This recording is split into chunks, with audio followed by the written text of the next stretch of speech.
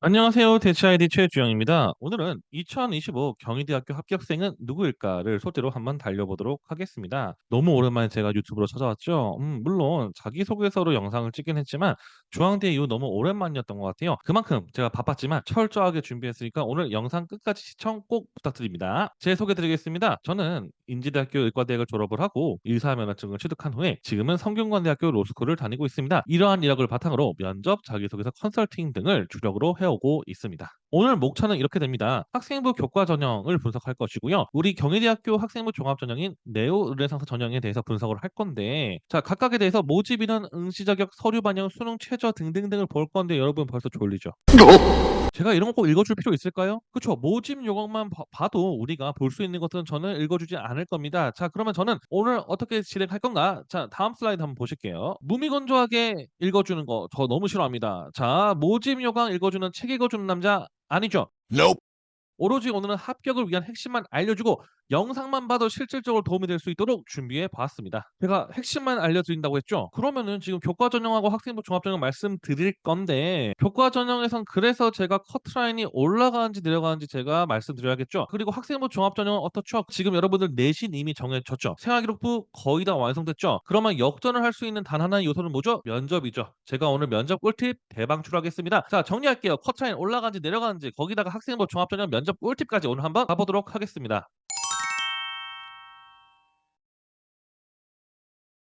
우선 학생부 교과 전형부터 볼게요. 자, 교과 종합평가를 보고 교과하고 비교과를 본다는 점, 그리고 수능 최저가 있다는 점 가볍게 한번 보고 넘어가실게요. 경희대학교 학생부 교과 전형 이 한 페이지 안에 다 담아놨습니다. 모집인은 어떻죠? 그쵸? 634명으로 작년보다 56명 늘었어요. 그러면 올해 커트라인 내려가는 거 아니야? 아닙니다. 학과별로 하나씩 분석해 볼 거고요. 응시 자격은 고3만 지원 가능하고 고3 재학 인원의 5% 이내만 가능합니다. 근데 경희대학교 학생부 교과 전형은 교과 전형이지만 서류를 반영하죠. 그래서 많은 분들이 질문 주십니다. 교과 종합평가 30% 너무 무서워요. 예, 무섭지 않게 제가 처방 주사 딱 놔드릴게요. 마지막으로 수능 최저죠. 2합 5인데 작년은 탐구 1위였지만 올해는 탐구 2개를 소수점 버림없이 평균을 반영합니다. 수능 최저에서 강화됐다라고 볼 수도 있지만은 반대로 수능 지정 과목이 폐지되었기 때문에 올해 수능 최저는 경희대학교에서 두 가지 정도 변화 사항이 있다라고 보면 될 것 같습니다. 자, 제가 눈알 빠지게 만든 편입니다. 학생부 교과 전형 모집 인원 증가와 감소 유지를 제가 다 꽈바다 표시했습니다. 우선 인문계열하고 무전공을 한번 살펴볼게요. 어떻죠? 자유전공학부 지금 많이 새로 생겼습니다. 그 다음에 자율전공학부 어떻죠? 예, 늘었습니다. 지금 무전공이 확대가 되고 있죠. 자유전공학부는 여러분들 국제 캠퍼스이고 자율전공학부는 서울 캠퍼스이다라고 보시면 되고요. 지금 자유전공학부하고 자율전공학부가 늘어난 만큼 다른 과들은 상당히 많은 과들이 감소 추세를 보이고 있다 정도 보시면 될 것 같습니다. 그 다음에 자연계열 한번 가보겠습니다. 자연계열 어떻죠, 여러분들? 대부분의 학과가 또 인원수가 감소했습니다. 무전공 확대의 영향이죠. 다만 지금 요렇게 많이 감소된 과도 있는 반면 그 와중에 융합바이오하고 스마트팜 정도는 증가가 했다 정도 볼 수 있습니다. 어쨌든 여러분들 지금 인문계열하고 자연계열 봤을 때 어떤가요? 과 하나하나를 봤을 때는 상당히 인원수가 줄었죠. 그쵸? 학생도 상당히 많은 과에서 감소했음을 볼 수 있습니다. 그 다음에 경희대학교 학생부 교과 전형 서류 반영 한번 가보겠습니다. 네, 지금 전형 자료 내가 어떤 걸 평가하겠다, 어떤 게 채점 받겠다, 뭐죠? 교과학습 발달 상황에 교과 성적과 세부 능력 및 특기 사항 들어가죠. 이 교과 성적과 세부 능력 및 특기 사항을 바탕으로 무엇을 평가하죠? 그쵸? 학업 역량 평가합니다. 그 다음에 어떻죠?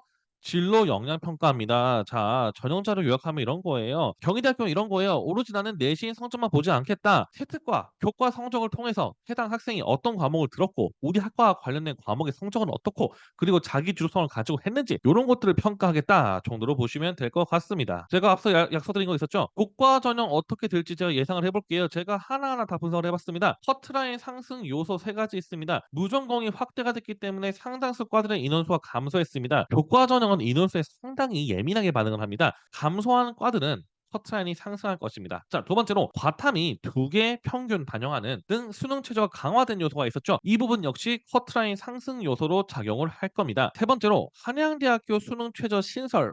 이거 무슨 얘기인지 할 수 있는데 제가 구체적으로 설명을 드릴게요. 자, 잘 보세요. 한양대학교, 중앙대학교, 경희대학교는 사실 지원권이 좀 겹쳐져 있는 면도 있습니다. 즉 한양대학교를 쓰기는 내신이 조금 아쉬운데 경희대학교를 쓰기엔 내신이 살짝 높은 친구도 있단 말이에요. 그럼 이 친구들이 그해 한양대학교를 쓸지 중앙대학교를 쓸지 경희대학교를 쓸지에 따라서 중앙대나 경희대 같은 경우는 학생부 교과 전형에서 영향을 받을 수 있어요. 자, 근데 올해 한양대학교 어떻죠? 교과 전형에서 수능 최저를 신설했어요. 상합 7이죠. 자, 그러면은 상합 7 같은 경우는 자, 물론 잘 맞추는 친구도 있겠지만은 우리 현역들 같은 경우는 이 상합 7이 상당히 부담스러운 요소입니다. 그러면은 내신은 괜찮은데 삼합치를 맞추기 부담스러운 친구들은 어디로 쓰게 될까요? 이하보인 경희대로 몰리게 됩니다. 자, 이러면은 한양대학교와 경희대학교에 있던 그레이존에 있던 친구들이 경희대를 쓰기 때문에 커트라인 상승 요소가 다분하다 이렇게 볼 수 있습니다. 반면에 커트라인 하락 요소 볼까요? 수능 최저가 강화됐지만 지정과목 폐지로 인해서 내신 등급 커트라인 상승이 아니고 하락이죠. 네, 하락 효과가 좀 있습니다. 잘못 썼으면 하락 효과가 있습니다. 자, 그 다음에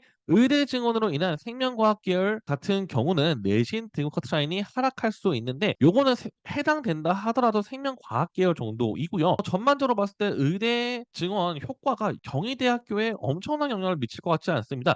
영향을 미치지 않는다고 볼 수도 없지만은 그렇다고 직접적으로 강한 효과를 가져오진 않는다라고 볼 수 있습니다. 자, 그러면 이 모든 것들을 분석해서 제 예상은 두근두근 커트라인 올라간다고 생각이 듭니다. 자, 여기까지 학생부 교과 전형이었습니다. 여러분들 살짝 졸리시나요?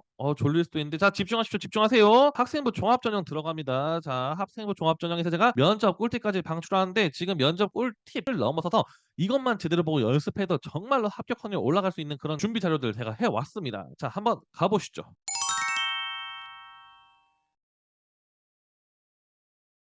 종합전형 가볍게 보고 넘어가겠습니다. 학생부 전체를 평가하고요. 면접이 들어간다라고 볼 수 있습니다. 경희대학교 학생부 종합전형 볼게요. 자, 우선 모집 인원 감소했습니다. 감소했어요. 자, 그다음에 응시 자격은 학생부 교과 전형하고는 달리 재수생 이상도 지원 가능하고요. 수능 최저가 없습니다. 서류 반영 어떻죠? 서류 비율은 70%로 유지했습니다. 다만 조금 이따가 보겠지만 서류 내 반영률이 변화했습니다. 그거 자세히 한번 말씀드릴 거고요. 마지막으로 면접 30% 그대로 유지됩니다. 학생부 종합전형 모집 인원 가보겠습니다. 우선 무전공하고 인문계열부터 가보자라고 한다면은 일단은 인원수가 전반적으로 감소한 과들이 많습니다. 유지된 학과도 많지만은 감소한 학과가 많다 정도로 볼 수 있습니다. 특히나 간호학과 인문계열은 아예 사라졌죠. 요 점 한번 짚고 넘어가시면 좋을 것 같습니다. 자연계열 보겠습니다. 자연계열에서 근데 이렇게 인문계에서는 상당히 많은 과들이 감소하는 와중에 우리 자연계열 오히려 인원수가 증가한 학과가 있습니다. 그 와중에 눈에 띄는 게 지금 미래정보 디스플레이 학부에서 20명 증가를 했고요. 지금 제가 형광펜을 쳐 놨죠. 유전생명공학과, 식품생명공학과, 그다음에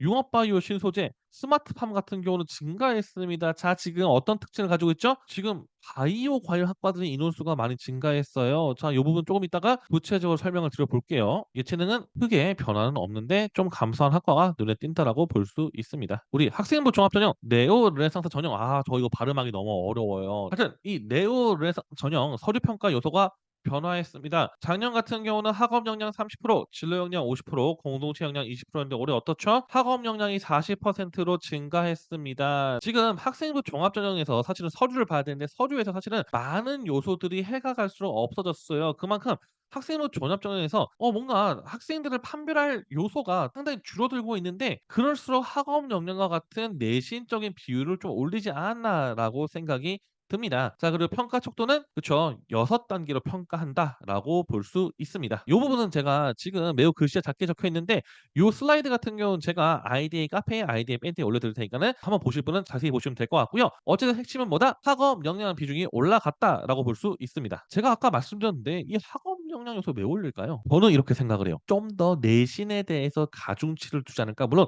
학생부 종합 전형이 사실은 내신을 안 볼 수는 없어요. 근데 작년보다 오히려 내신을 좀 더 눈여겨보지 않을까라고 하는 게 제 생각이고요. 그래서 작년 수치만 맹신하면 안 된다 정도로 제가 팁을 드리고 싶습니다. 면접 전형 가볼게요. 면접 뭐 보죠?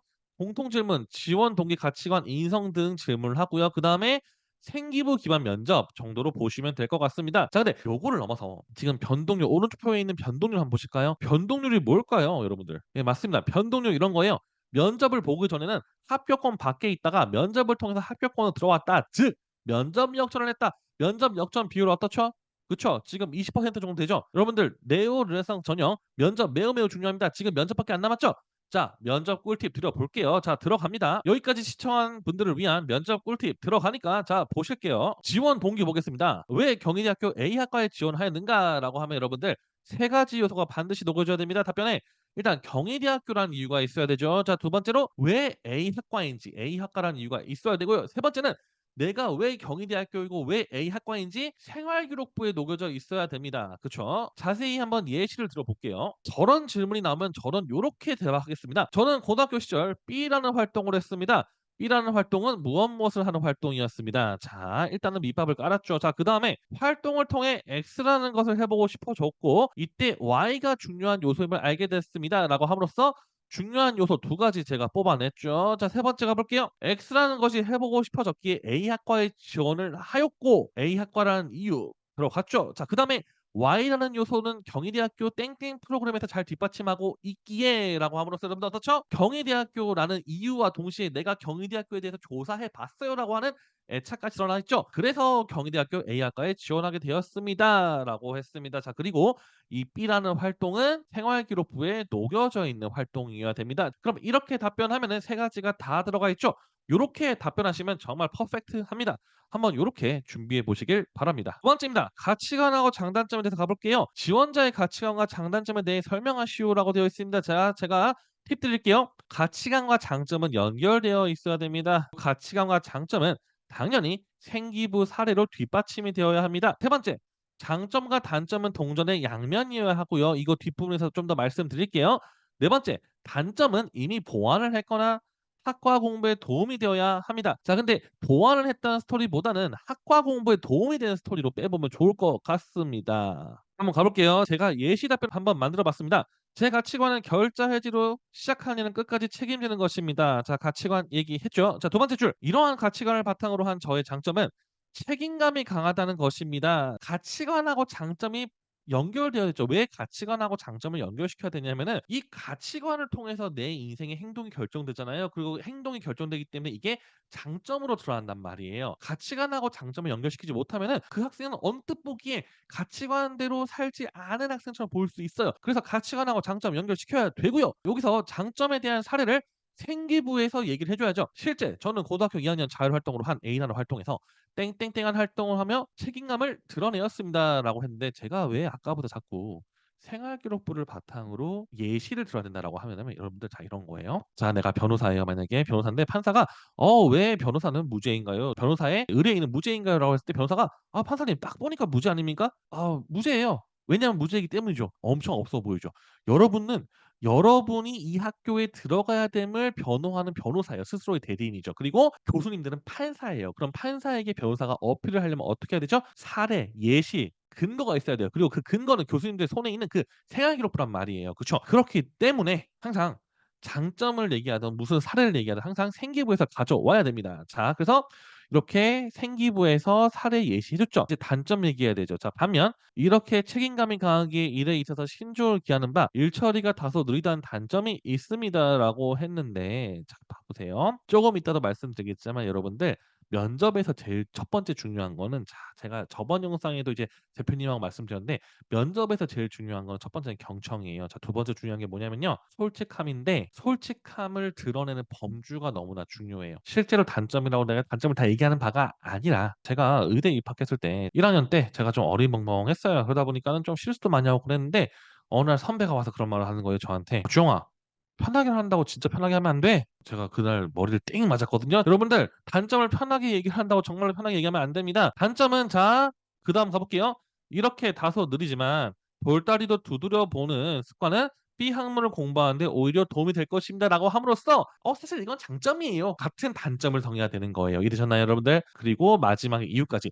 B 학문은 뭐뭐라는 이유에서 속도보다 신중함이 중요한 학문이기 때문이다로 마무리하면 좋겠죠. 그러면은 가치관 얘기했고 장점 얘기했고 연결시켰죠. 그다음에 생기부 사례 얘기해야 되고요. 그다음에 장점과 단점은 동전의 양면인과 동시에 해당 학과에서는 오히려 장점이 될 수 있다. 요렇게 네 가지 포인트 찍고 넘어가면 될 것 같습니다. 거의 다 왔어요. 자, 집중하세요. 거의 다 왔어요. 마지막으로 이제 활동에 대해서 질문을 할 수 있는데 교수님이 이런 질문을 할 수 있어요. X라는 활동을 했는데 이에 대해 구체적으로 설명해 볼 수 있는가?라고 질문을 했어요. 자, 우리 어떻게 해야 돼요? 요렇게 네 가지 요소에 대해서 잘 얘기하면 됩니다. 요거는 제가 과기원 자소서에도 요러한 루틴에 대해서 말씀드렸는데 어쨌든 활동에 대해서 물어보면은 X라는 활동을 하게 된 동기, 거기서 맡았던 역할, 이 역할을 통해 느낀 점과 향상된 역량 여기서 끝내면 안 되죠. 그래서 이 역량이 내가 경희대학교 A학과 학업에 어떤 자양분이 될지까지 딱 활용 정점 찍어 주면 됩니다.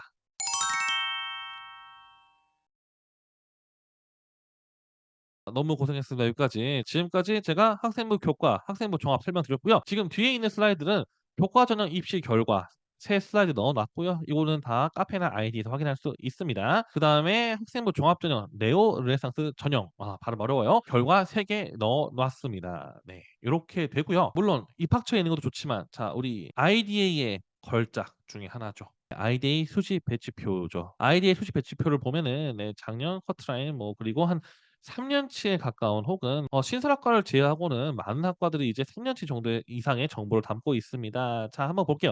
교과 전형 가 보면은 이런 어학과 같은 경우는 2점 중반대까지 밀리는 경우가 있지만은 대부분의 지금 교과 전형이 1점 후반대에서 형성되고 있음을 볼 수 있습니다. 이것은 인문, 자연 계열 다 마찬가지로 1점 중후반에서 2점 초반대로 형성이 되고 있다라고 볼 수 있고요. 우리 종합 전형 가 볼게요. 종합 전형 같은 경우는 어문학과 같은 경우는 아무래도 외고 친구들이 쓰기 때문에 조금 커트라인이 많이 밀리는 경우가 있어요. 우리 일반고 친구들은 요 4, 5 믿고 쓰시면 안 됩니다. 일반적으로 이제 외고 친구들이 없는 이제 학과들 같은 경우는 보통 2 점대 초중반 정도로 잡힌다라고 볼 수 있습니다. 그래서 어쨌든 이제 학생부 교과 전형을 쓴다면은 경희대학교 같은 경우는 1점 중반, 후반 혹은 학생부 종합전을 쓴다면은 2점 초반 정도에서 형성된다라고 볼 수 있습니다. 면접까지 준비하면은 역전이 혹은 정말로 생각지도 못한 좋은 결과를 얻을 수 있는 곳이 경희대학교입니다. 제가 준비한 영상 잘 보시고 올해 입시에 행운이 가득하시길 기원합니다. 지금까지 대치 아이데이 최주영 수장이었습니다. 감사합니다.